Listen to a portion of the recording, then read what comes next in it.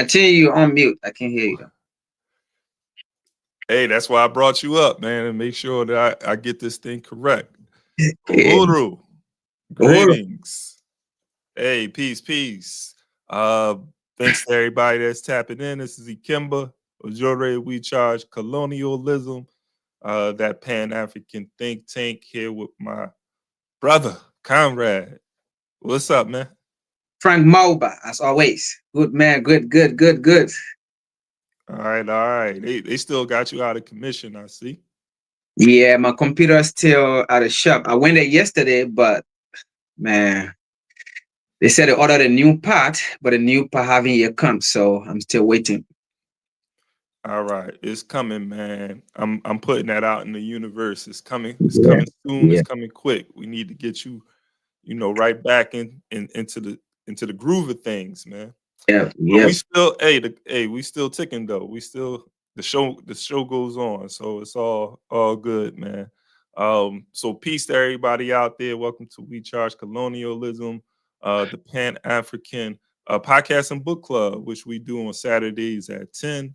And today we're continuing with the reading of Dr. Gerald Horne's The Apocalypse of Settler Colonialism. But before we get into that, I think we'll get into the book a little bit earlier today.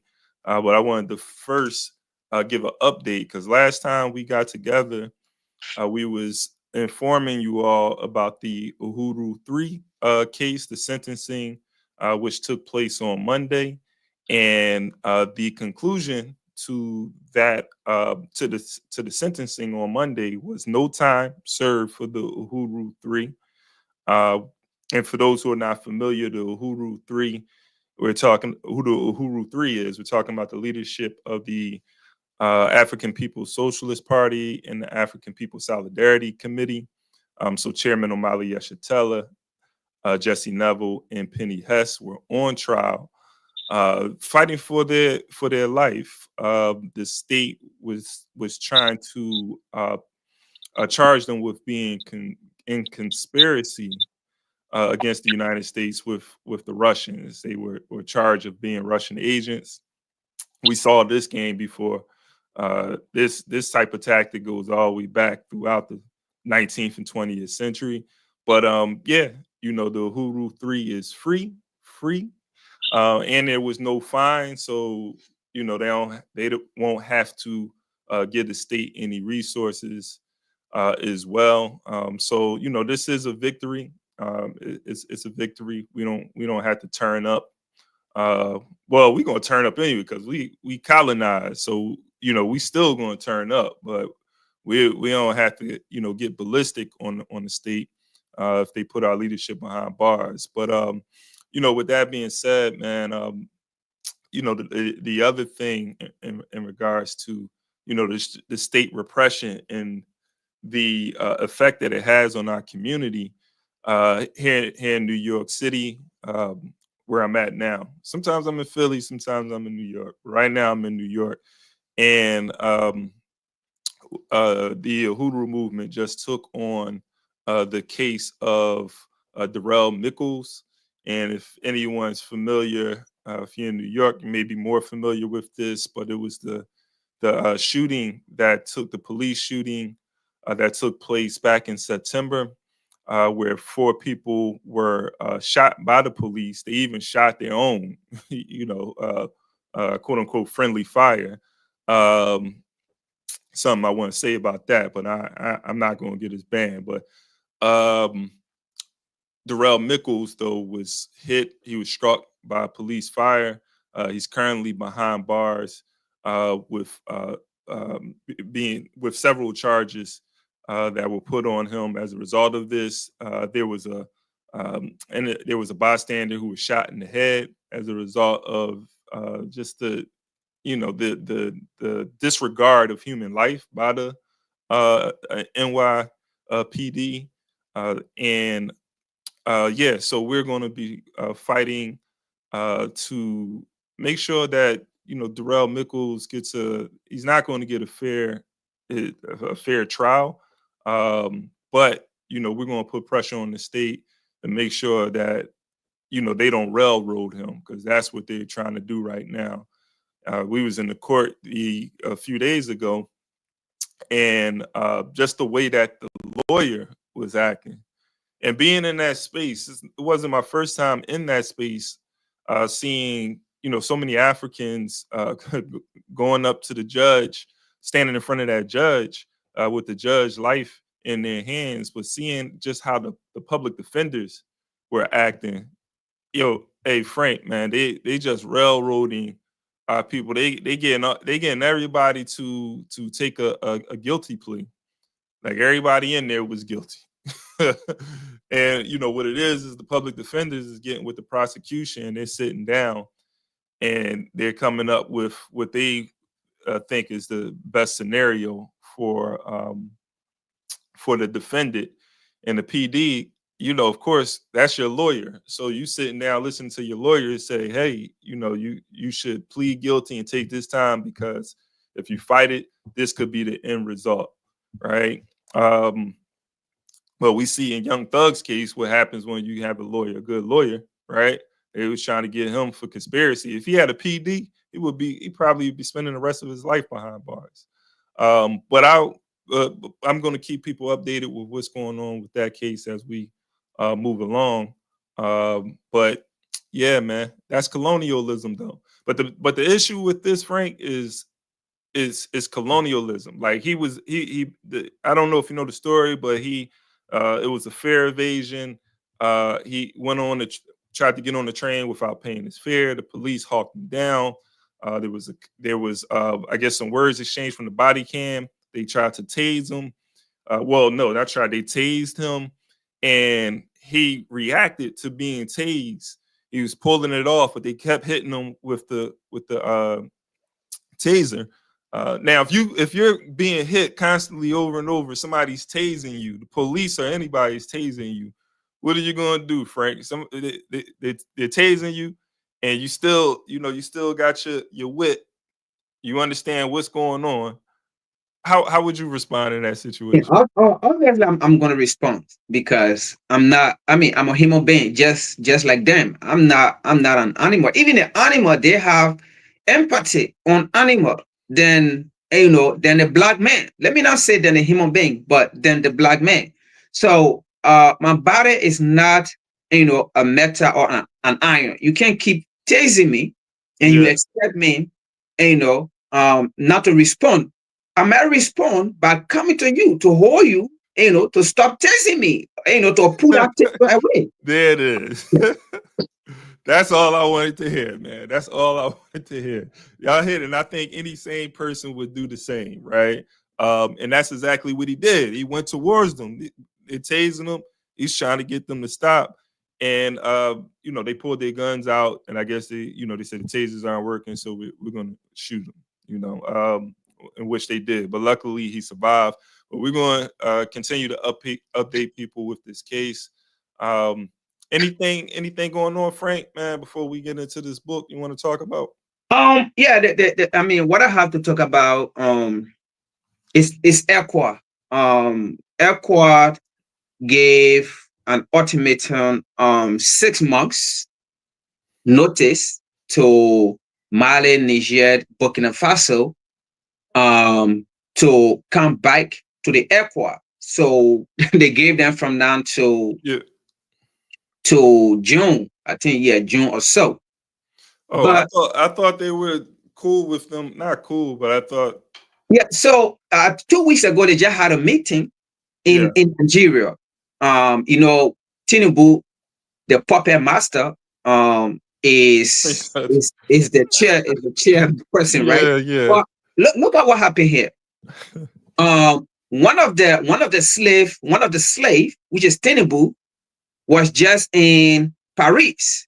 He went and met his father, and his slave master, Emmanuel Macron, right? Go easy on him, Frank. and then the next slave who just left the presidency, how do you call it, Nana Akufo-Addo, he was just in Paris. He went to his slave master, Emmanuel Macron, right? Now, and they all were given an award.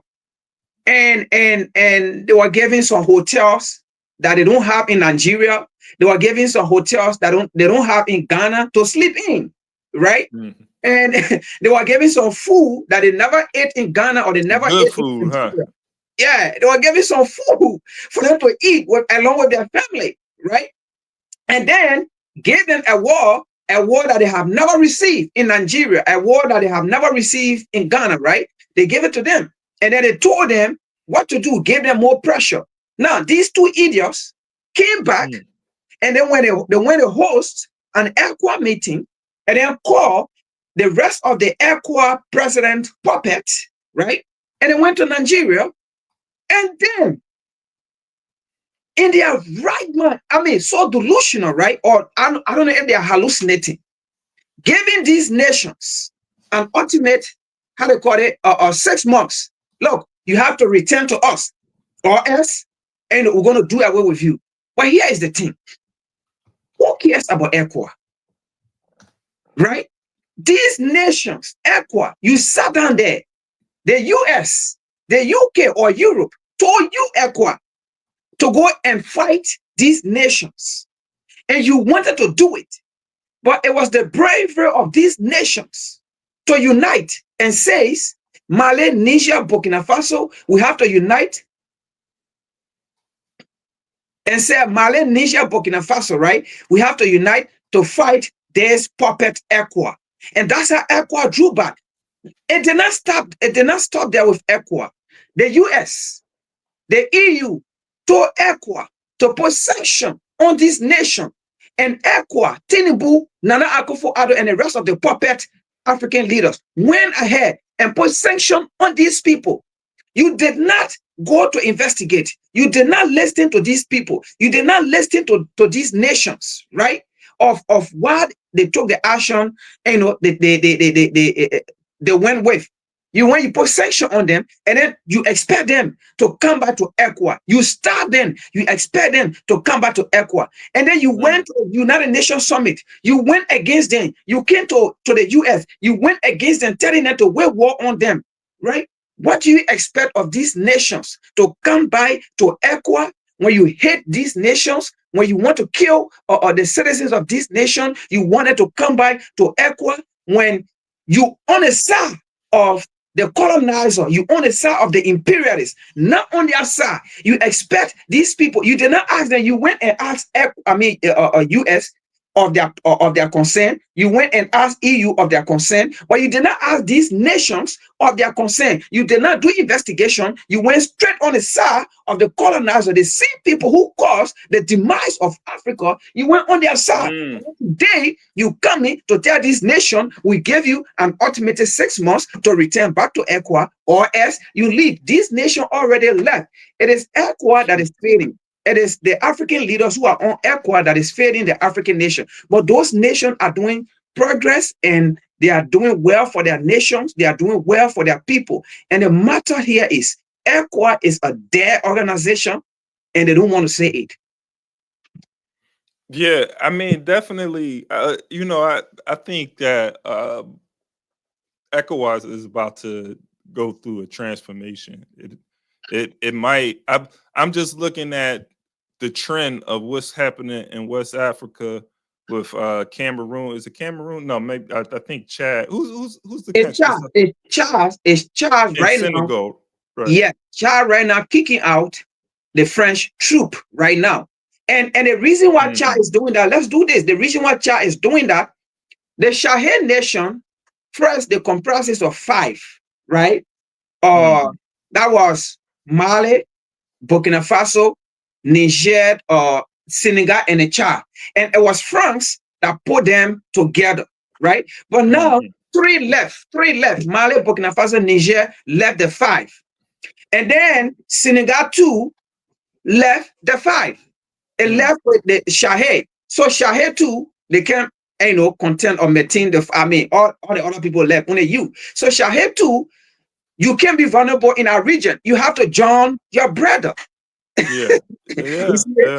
Shahid have no Cha, not Shahid, but Cha have no option but to join the brothers. And Cha is saying what the brothers are doing in our region to move forward. Cha is saying the progress the brothers have made since they kick out France, since they kick out the colonizer.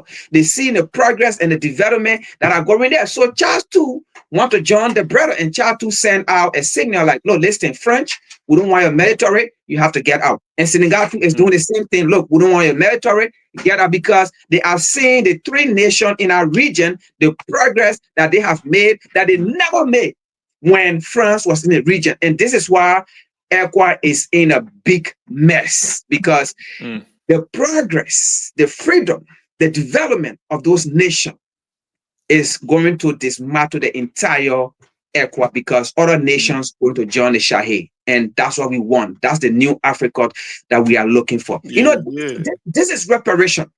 We're not going to get reparation from the colonizer. It's not going to happen. This is reparation. Reparations is taking what's owed to you. Yes. When Mali, nationalizes the gold mines, or Burkina Faso get rid of the debt, right? Yeah. Things like that, man. When they begin to take control of their resources, when they kick out the French, right, and don't have to rely on foreign military, to defend and protect them. Like that's reparations, man. And by the way, I want to use the term Nkrumah used, right? Scientific socialism. This is scientific reparation. Yeah. Absolutely, man. It's inspiring. It's inspiring to, I think, the whole diaspora. And of course, it's definitely it's inspiring to those who are living in those countries, right? I see how the youth are responding. I was speaking to some brothers in Burkina Faso, and I was asking them about the conditions over there. After the junta, right? Like, I was asking how are things, the conflict and so forth, and they said, man, you got to come over here. They extended their arm, invited. So it's not because what the West will have you think and feel that it's not safe to travel to Africa in some of these places, especially like places like the Sahel states, the Alliance of Sahel states. But definitely, that's always been the media portrayal of Africa as a dangerous place that's full of just disease and conflict, right?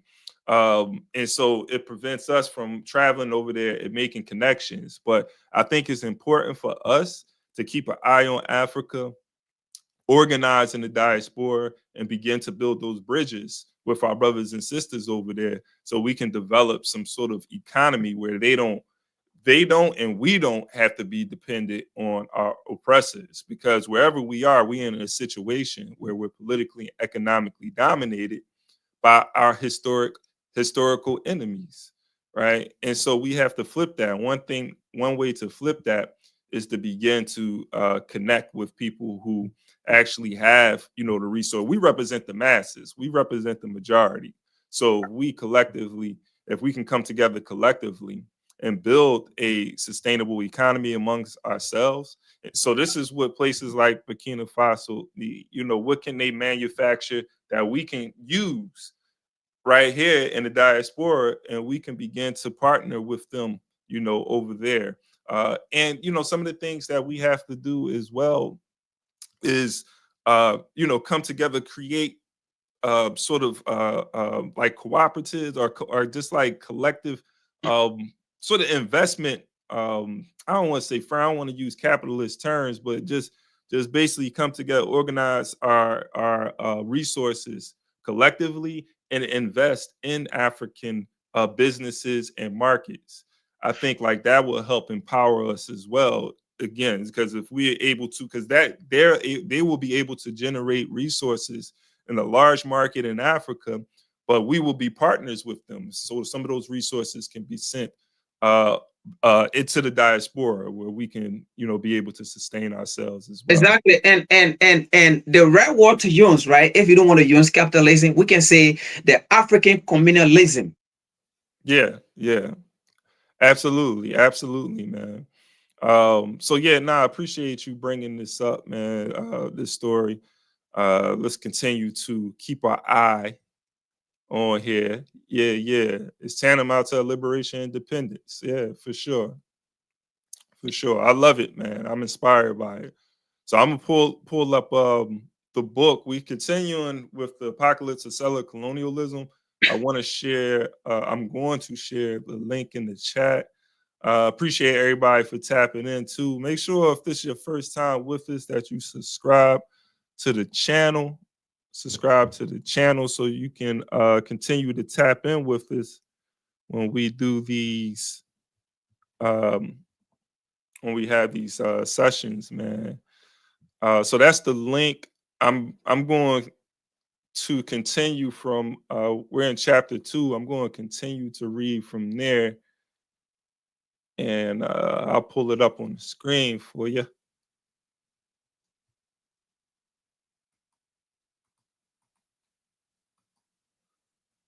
Yeah, so as you see, this is I'm going to start from page I'm gonna start from here.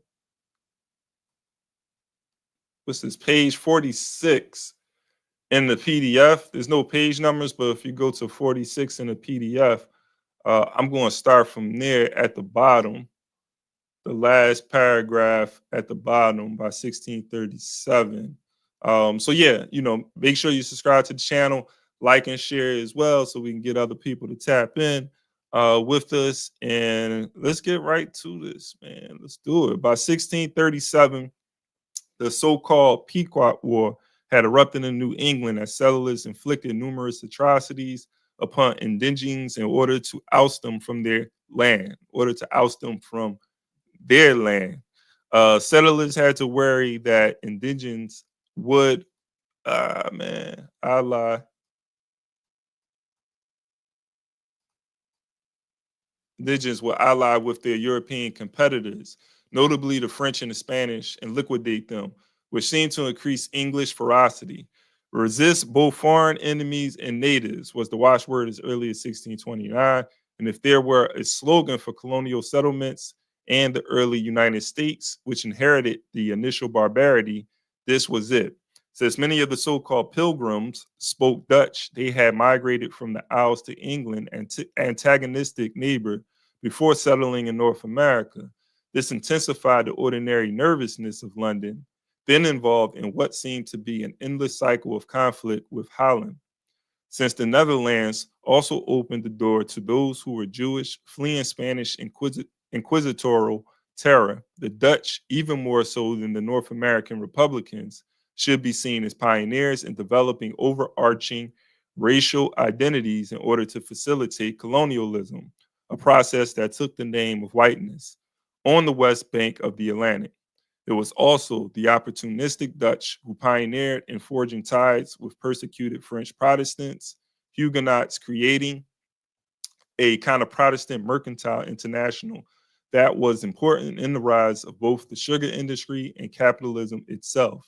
Intriguingly, it was precisely the Dutch who built the highest stage of white supremacy at the southern tip of Africa, just as it was the Catholics, for example, the French elite, and not the English Protestants who allowed their enslaved to be baptized. Many of these Africans received catechism lessons and were married legally. The Dutch also exemplified the value of what came to be called the military-industrial complex. Their war with Spain, roughly from 1569 to 1648, stimulated its arms industry, which in turn sped the pace of overseas conquest. By the time of New Netherlands founding, the Dutch Republicans were manufacturing an estimate 14,000 muskets annually, most of them for export, a figure that grew larger year by year. No other European nation came close to this level of production until decades later. Furthermore, Dutch gunsmiths were introducing technological innovations to their weapons that made them even more attractive to those who might quarrel with English colonists, the Iroquois foremost among them. This also helped to stimulate a trade of slaves for guns that decimated Native American groupings, opening their land for a massive land grab by European settlers. Consider also that they were Dutchmen resident in the critical colony that was Barbados as early as the 1630s. Consider as well that English tobacco growers endured a crisis of overproduction in 1636, leading to a search for alternative crops. And like manna from heaven, Dutchmen arrived in 1637 with sugarcane. Technology, capital, and slaves, a process that was to be repeated again in the 1650s after Hollanders were ousted from Brazil by the Portuguese. Many of these Hollanders were actually Spanish Jews who had fled to Recife, inaugurating a golden age of sorts for them, though not for those they enslaved, before fleeing as the Portuguese made a comeback in 1654. When in August 1641, the Dutch drove the Portuguese from Luanda, Angola, and in 1642 obtained a monopoly of the external slave trade from there. This was ultimately a benefit not only to New Amsterdam, but as things evolved, became an unanticipated gift to London settlements too. There's a lot to unpack right in there. There's a lot to unpack. First of all, I'm appreciate the Dutch, the bringing up of the Dutch and their involvement in the slave trade. Here we are, here I am right now in New York, and the legacy of Dutch colonialism is still here. I'm in Brooklyn. Brooklyn gets its name from the Dutch. Whatever the name, New Amsterdam. I mean, it used to be New Amsterdam, but you have streets called Amsterdam in New York, in Manhattan, right? So the legacy of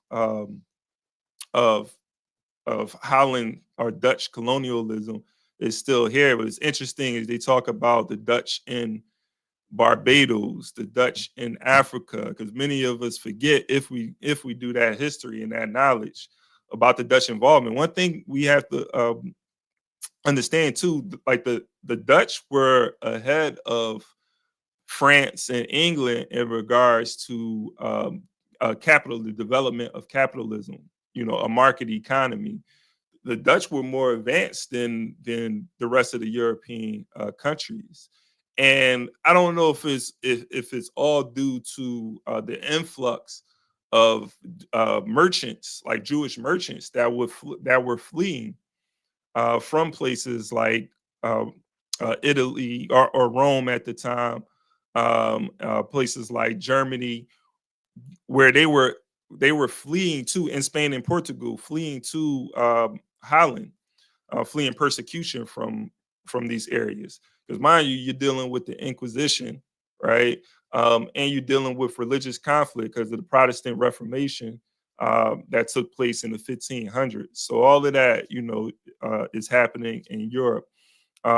So this could have a lot to do with it. But when you're talking about trade,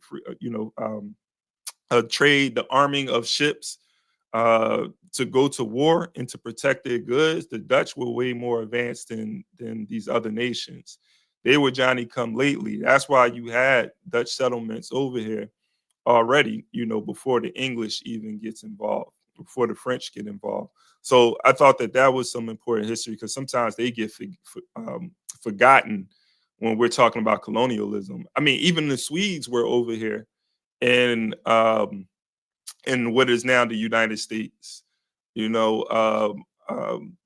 as early as the late 1500s into the 1600s. So I don't know. I thought that was important to point out, man, just to see their involvement. There was something else in this. You wanted to say something? Yeah. Let me come in, and then maybe you can get back your thought. The reading talk about military, talk about army, right? In the reading there, it clearly state that, or it clearly mean that one of the reasons why the European became successful in what they did and how today they have come to where they are, it was not just about bringing Africans over to the so-called New World. But the reason why they succeeded as well was through their military. And that's one of the reasons they do not want the people to whom they oppress, they enslave, right? They took advantage of. They do not want them to have that military might, because it was that military might that they used when these people went to Africa. First, when they came, let's look at this, look at history. When they came to the US here, the so-called Christopher Columbus, right? He never just came with disease. This man came with military. This man came with equipment at that time, all right, that they could use at that time. They came with it. They were well equipped, well prepared at that time, right, of tools that they could use. They came along with it and along with their disease. Now, if you look at, for even example, right, when they went back to the African continent after they have enslaved people and then they wanted to colonize the African continent, they didn't just go with their missionary. They didn't just go with their missionary to tell Africans, your gods are not the real God, your ways of practice are not the real. No, they went with their military, even when they were taking Africans to bring them to the so-called New World. They used their military. They used the equipment they had that time, the military might they have that time to fight Africans. That is why you hear about, for example, Ya Ashantiwa that fought the British, and she won in a battle, like they call it the battle of Akadamaso. She fought the British and she won. But again, they went a root group because at that time, to mind you, these people have taken a lot of our manpower from even the Gold Coast, at that time, Ghana. So these are women led. So that's why when you read history and you got to find out that they'll tell you that Queen Nzinga, all right, Queen Nzinga mobilized for military because the manpower were gone. So the women now have to mobilize to fight. If you read about Zimbabwe at that time, the Queen, all of them. So these people have to not take, because the European came, they use their military might. So that is why they know the importance of having a strong military.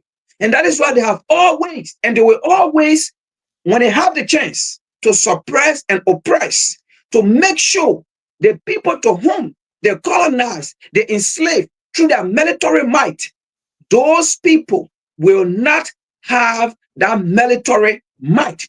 And that is why they are all on the African continent, not to empower Africans, right, to fight for themselves, not to empower Africans to have that technology or the tools to be able to manufacture their own equipment or their own modern weapons and things, but they're lying to Africans that they want to go and fight for Africans and other those things. Like, for example, in Nigeria right now, what is happening in Nigeria, right? The European, right, are trying to put the Nigerian or the Biafran, right, together to fight. And that's what's going on right now. So when you saw France, how they call it, Tinubu in when he came from France, he had already made deal with France. So the French now wanted to establish base in a region of the how they call it, Biafran. And now the Biafran are saying, Tinubu dare try it. Tinubu dare try it. It's going to be war. And they will never, ever allow any foreign military base in the land of the Biafran. You see, so that is that when they talk about militarism in this passage here, under no circumstances, if you think the US or the Europe will try to empower people that they enslave, people that they colonize through their military might, they will never, ever do it. Yeah, I mean, to your point too, you know, I'm glad you brought that up, because that was the point. Not exactly what you were making, but I wanted to go to I'm gonna scroll to it, but the part where Dr. Horn is talking about the Europeans looking for allies.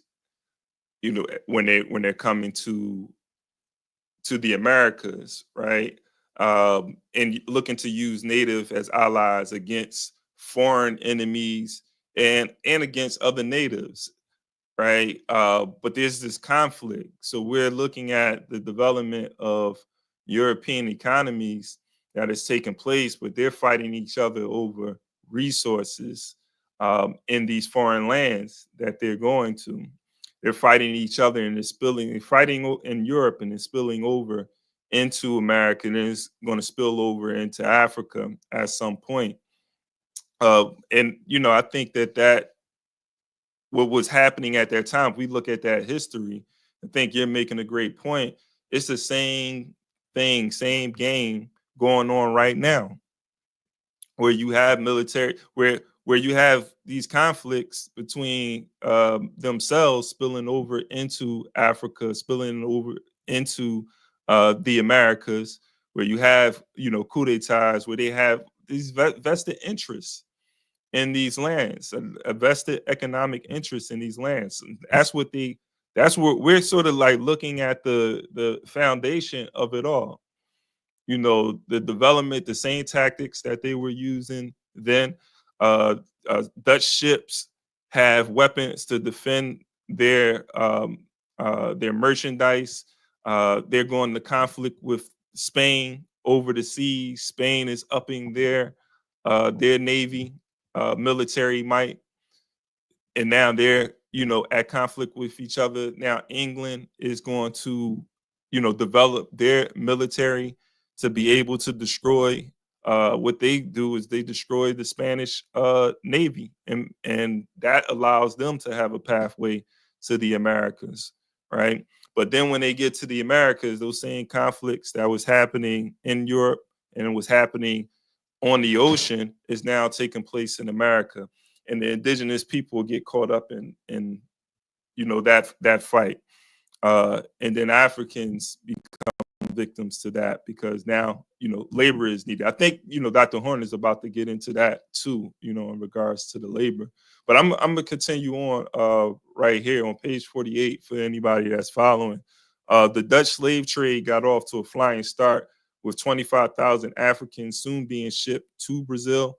This was occurring as the English were just settling into the Caribbean, and given the nature of Africans as commodities, it was ineluctable that many of these bodies will wind up in the Caribbean, converting these islands into a darling of empire. The demand for labor grew as the demand for crops produced there grew concomitantly, including export crops such as tobacco, cocoa, cotton, and indigo, all thought to be optimally grown in the tropics. Right. And that's it, you know, just to bring up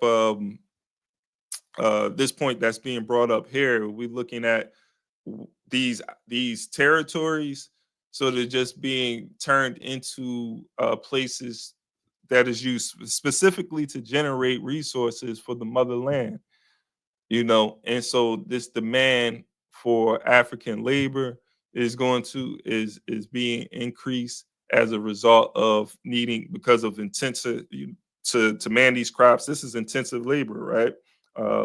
So you know, they need more hands to cultivate the land and produce tobacco, to produce cotton, rice, indigo, these things, right? These cash crops. Um, so just to, you know, I'm gonna keep going. It was unrealistic, however, to expect a proper settler colonialism to depend for its labor supply upon a competing empire, particularly when the Netherlands and England seemed to be embroiled in what seemed to be a perpetual cycle of conflict. Sir Benjamin Rudyard told Parliament as much in 1641 as he demanded more spending on vessels, also a necessity if England were to avoid a replay of 1588. As we are in as we are an island, he asserted, it concerns our very being to have a store of ships to defend us and also our well-being by their trade to enrich us. No matter how sliced and diced the route to prosperity was propelled by vessels.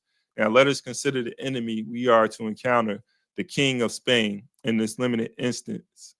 What made him strong is his mines in the West Indies. And if England were to become stronger, the crown would also need mines worked by slaves procured from Africa, requiring more ships. I mean, yeah, it's crazy how things remain the same. You know, again, just going back to the islands, you can see like these are places, you know, the quote unquote mother countries, right? The Frances, the Englands, the Hollands are able to like benefit from these foreign lands. Like their economy is developing as a result of this exploitation of labor. You have cheap labor, and you're using that cheap labor to extract resources from a land that's not even yours. You know, the theft of that land allows you to be able to accumulate wealth, to benefit from the wealth resources that's in that land. So you sitting in your country, you know, England to this day. This is why, like, I don't even understand how they can even make an argument against reparations. You know, this talk of slavery.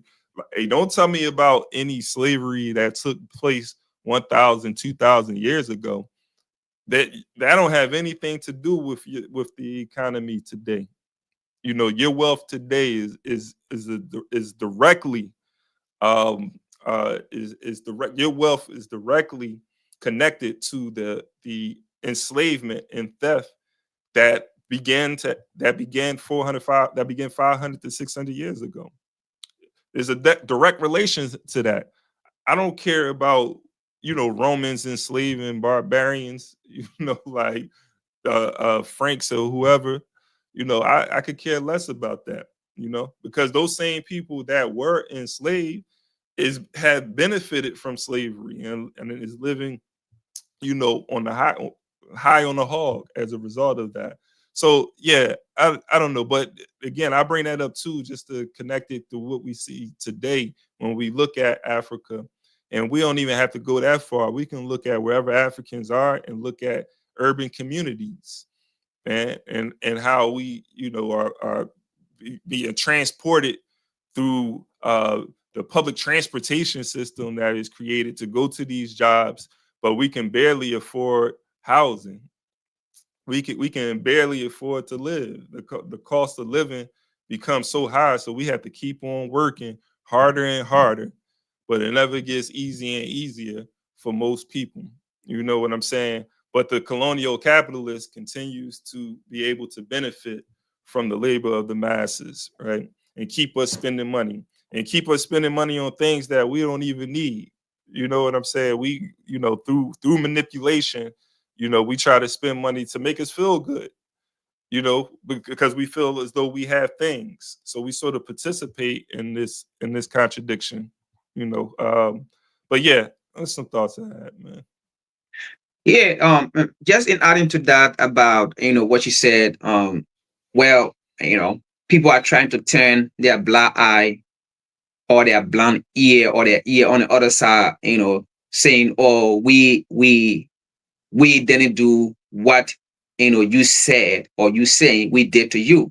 We were not the people that colonized you or that enslaved you, right? Or that ill treated you. The truth here is, had it not been that you colonize the black man, you enslave you colonize the black man, or you enslave the black man and you colonize the black man continent, and systematically you continue to exploit the black man resources to build your empire. Had it not been the enslavement and the colonization of the black man, right? Europe wouldn't be the way it is. The US wouldn't be the way it is. And had it not been that you did this to us, we were never going to be in a position in which we in today. And had it not been that you did what you did to us, you were never going to be in a position you in today. Never. Okay? So looking at those things, looking at those analysis, right? And looking at how we live, looking at the civilization we have built, because you colonized us, you enslaved us, you did not stop that. You went ahead to destroy our civilization. You destroy every empire we built. You destroy it and then say it was built by some alien. In fact, you agree that it was built in Africa. And then you say it was built by alien. You destroy those same things, right? Now, our artifacts, you destroy them by destroying evidence, breaking their nose, breaking their ears, their identity, destroying it just so you can come out with a story that will fit to your narrative. And today we carry on those narratives. Had it not been that you colonized or you enslaved or you did all this inhumane behavior to us, you wouldn't have been in a position you in and wouldn't have been in this position we in. Before you came on our continent, you know how we live. There was no hunger. There was no poverty. Now, we're not saying we never had, our own issues and things. We had, which of course every society going to have their own issue. But the predicament we put us in, we were never ever in it. And not only that, to say we did not colonize you, we did not enslave you, fine, you did not do it. But your great parent, your great great parent left that legacy for you, and you came and maintain that legacy. Are you not today still going against African leaders, African liberator, African who want to see African free, who want to see African doing their own thing? Are you not going today, going by that same book, by that same memo, by that same doctrine left by your forefather? Are you not going with that same blueprint today to suppress and subjugate Africans to make sure they stay, they play, they are, so that you can continue to be where you are? You are still doing the same thing. So how can you say we did not do this to you? No, there was blueprint left for you, and you are carrying on those blueprints. Yeah, nah, for sure. And I think all power to people brings up a good point, like why do we care what they think? And I appreciate that being raised as well, because we shouldn't at all. But I think like the problem, one reason I brought up sort of that narrative is because many of our people, they fall for that line of thinking. They go for that narrative. Oh, I'm looking like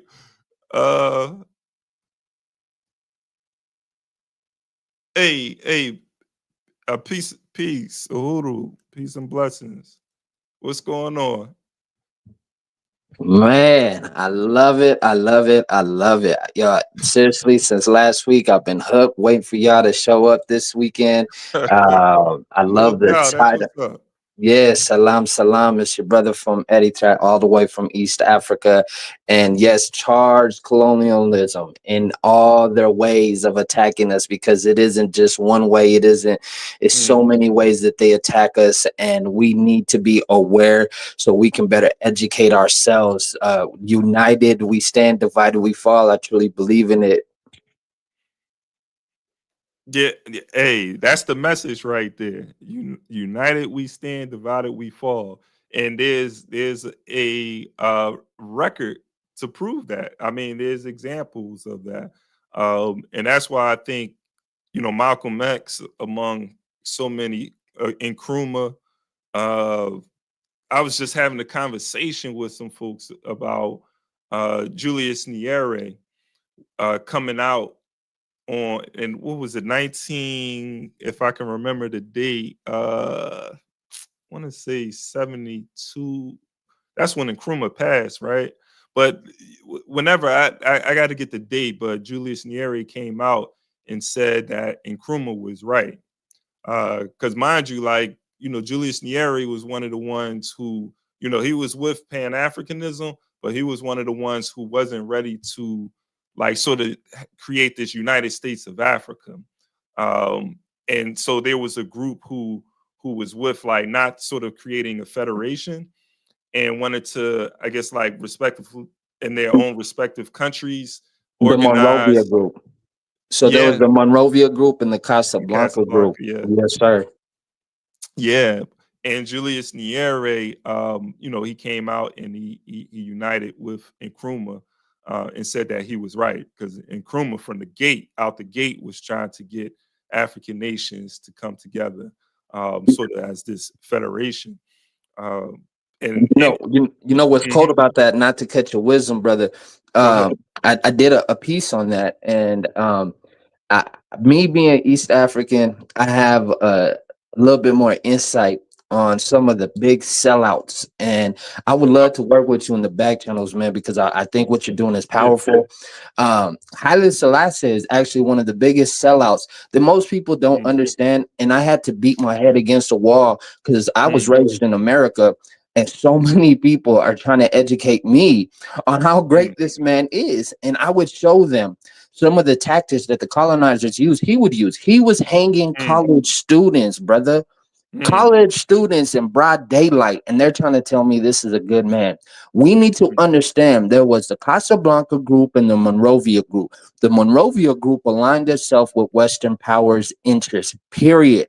Period, point blank. And we see a fight for power between the two.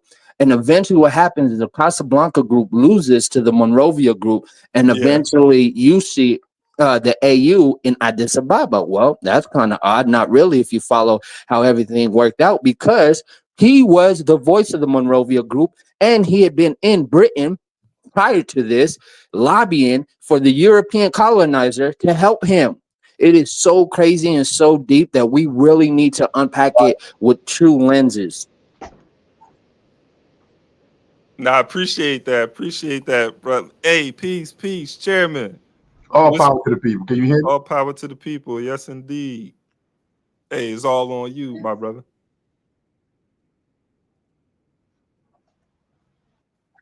Yeah, but I appreciate that, Cali Money, that intervention, because definitely, like, some of these people, these sellouts we're talking about, the legacy of that is in the countries like Senegal, who wants to, Senegal kind of made a power move though just now by kicking out the French troops, but it took them a while, right? But some of those West African French-speaking nations in particular that wanted to keep those ties with their colonial masters. Hey, Chairman, you wanted to add on? Well, can you hear me well? Yeah, you coming through clear. Hey, how y'all doing, man? First of all, I want to say hi to everybody, man. All power to the people. All power to the people. Hey, brother Frank, you on the continent right now? I'm still here. No, you on the continent right now? No, I'm still here. A few more days. Where you at? I'm in PA. Oh. Nah, look, this is my first time here, man. I'm happy to be here. I saw this. I woke up this morning and I saw the invite on my Facebook. So I decided to so I decided to come on to see what you guys were talking about. And like, yo, this is a beautiful conversation, man. I'm happy to be here. This is my first time here. I asked a question on there. Why do we care what they think? I mean, I asked that question because why do we care what they think? Yo, all of us sitting here right now, from me listening to you guys, you have political education, and you have a level of consciousness to understand what's going on. Why do we care about the people that have already been socialized to not care? Why do we even care about our enemies, that it is their duty, their mandate, their purpose for living is not to care, for them to carry on with imperialism? Why do we care what they think? Where we at now, I'm the chairman of the Black Panther Party in Newark, New Jersey. Our organization, our vision is to feed and meet whatever needs the community has, from housing to police brutality, by not going to the state, by creating our own institutions to serve our people.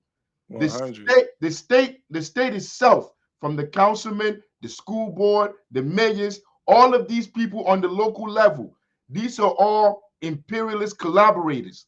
They're not going to help our people do anything. They're not going to feed our community. They'll feed some to make it look like they're doing something. But in reality, we're still in the same conditions we've been in for decades. Nothing has changed. No matter how many churches, how many mass jig, no matter how many, whatever they got on the block out here, nothing has changed. Where I'm at is, why are we not building the institution? You're about to go back to the continent. Why we not talking about building something down there? Us. We don't need to go get nobody else. The people like us, yo, I'm ready. I'm ready to get down with it. I don't care. Hey, let's go. Let's I don't go. care what part of the continent you're going to. Yo, we need to move to the stage where we are building. Building. If people don't want to come with us, F them. F them. Like, yo, it's like the Matrix. Those are like the Mrs. Smiths. Like anybody can become one of the Matrix. There's nothing you can do to save those people. And most of these people, they make their living by believing the ignorance they believe. I'm talking about the teachers, the police, all these people in our community. They, I don't care what you tell them, even if you was Malcolm X reincarnated, they're not listening to you because they're paying their bills. So F them. Those of us that know, yo, when you go back, I want us to open up a mechanic shop, bro. Yo, I could send down 2 lifts.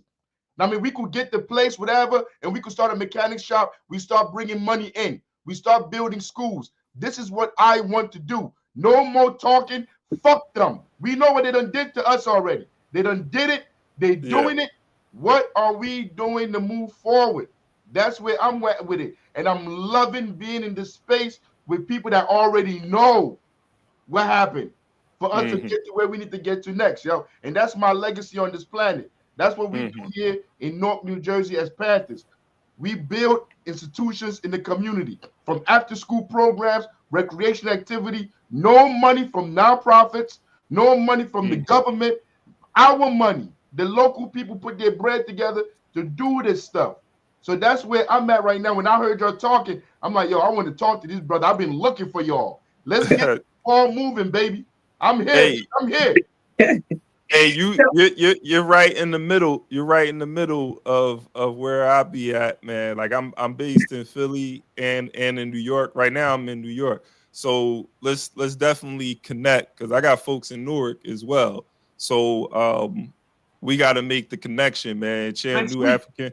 Next week, bro. I'll pull up on you. You pull up on me. We don't wasted enough time. We should have did that like 20 years ago. Yo, next week. Yo, from Monday to Friday, we in the gym with the kids. We got the after-school program. We can figure out a time or however. I'll come to you, bro. Real talk. Or our secretary where should I connect with you? Our secretary general works in New York. She will come and sit down with you and have a conversation how we can move this ball forward. No more playing around, yo. Yeah, we can do that. We can do that as well. You know, we can connect and meet and share information, and we can talk some of these things behind the scene. And then before I leave, and then in terms of the mechanic shopping thing, getting the land, we can get that, and we can see how we can start and go ahead and do something. That's that. Hey, y'all heard it here. This is what I'm about right here, to organize it. And Krumah been inspired by what he heard. He said, "What's going on, my brother?" He said, "I'm joining a party today." What you got for us, man? I can't. You're on mute. You're mute.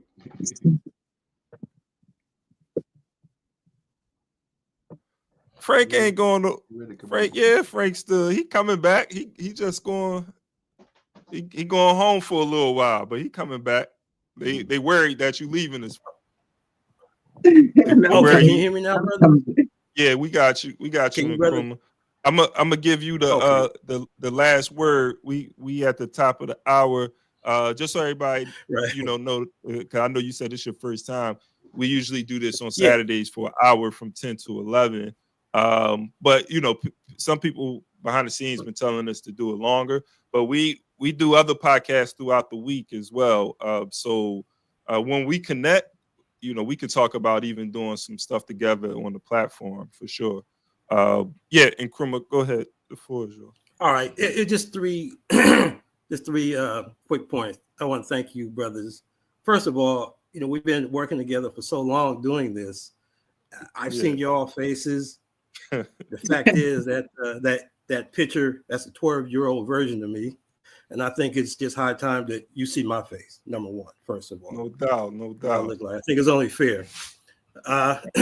Second of all, I think you both been doing a great job since Sister Tyranny kind of handed it over to us.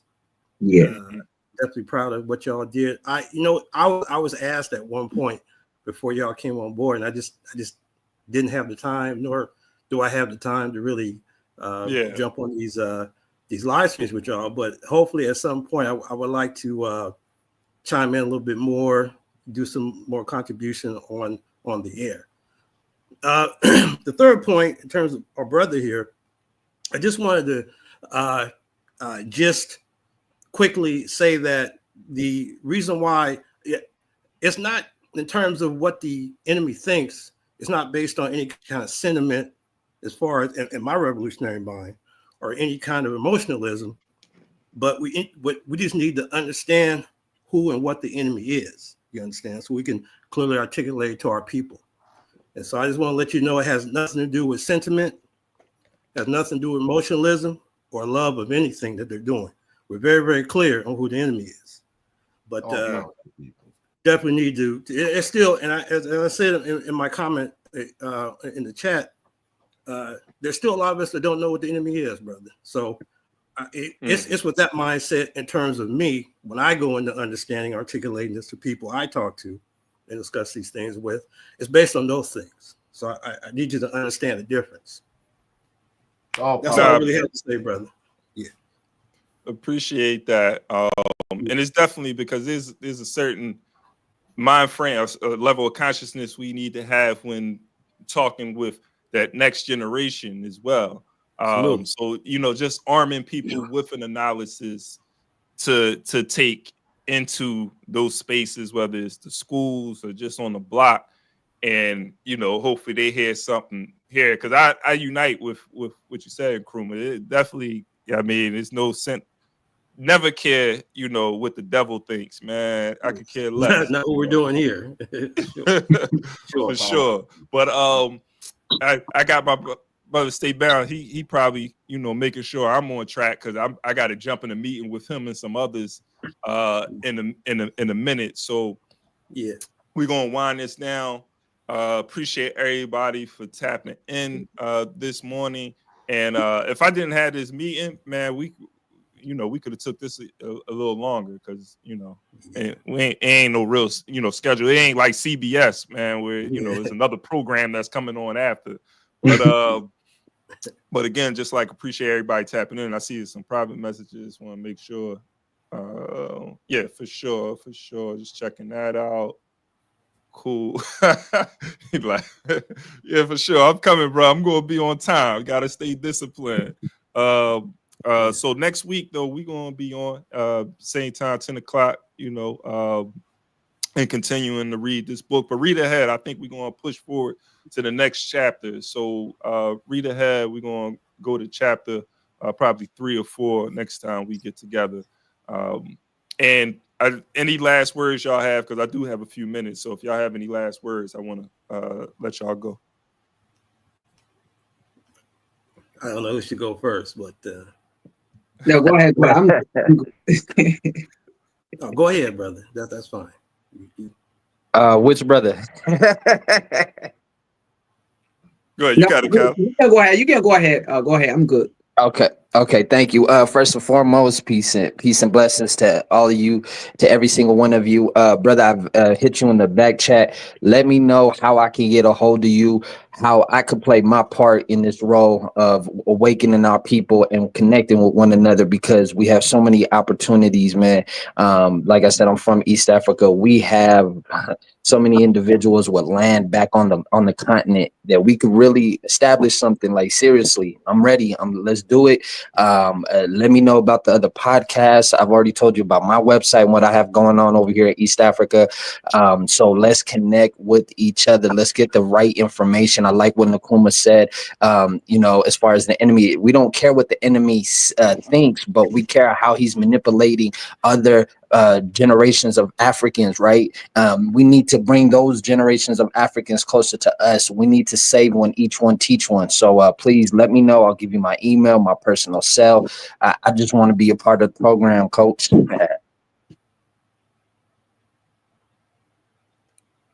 For sure. And I put my info in the chat. So hit me up so I can have your info on either one. You got a number, and I'm on IG hard, always promoting. So either or. Well, let me just say that I appreciate you letting me come up, brother. Let's continue on until victory, or whatever. Backward never.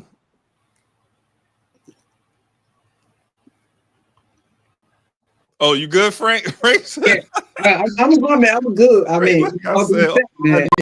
Being set. No doubt. If all those, man, y'all know, look in the description. Y'all know where to hit us up at. We Charge Colonialism at Gmail. We on, the different platforms. We about to get off that X thing though, man. We can't. I mean, all of these platforms have contradictions, but I can't stand that dude Musk, man.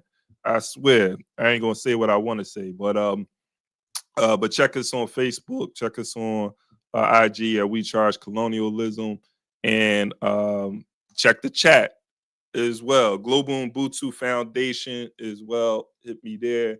Power to the people you still here. Make sure you hit me up. I gotta have that connect so we can get things going, man. We going in 2025. It's the year of Malcolm, the centennial of Malcolm X. Bruh, in the spirit of Malcolm, if we don't get something done, man, be disappointed. I'm gonna be disappointed in myself. So till next time, y'all, man. Peace out. We going. The white power structure, because that's all we have in America. And the white power structure today is just as much interested in perpetuating slavery as the white power structure was 100 years ago. Only now they use modern methods of doing so. And realizing that the black people in this country are waking up and becoming filled with a desire to be looked upon as men and as human beings.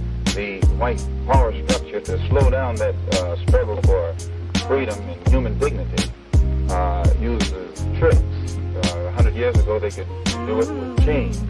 Today they use tricks. And one of the tricks that they've invented is this token integration. To get Negroes, so-called Negro leaders, to accept a few token crumbs of integration that don't solve any problem for the masses of black people in this country whatsoever, but it does make the hand-picked Negroes be satisfied to slow down the cry of the masses. And a good example of that is, as soon as the spirit of rebellion or revolution began to spread among the masses of black people in this country, and they began to take an active part, and they showed that they weren't confined to this nonviolent approach, then the government or the power structure began to sit up and take notice and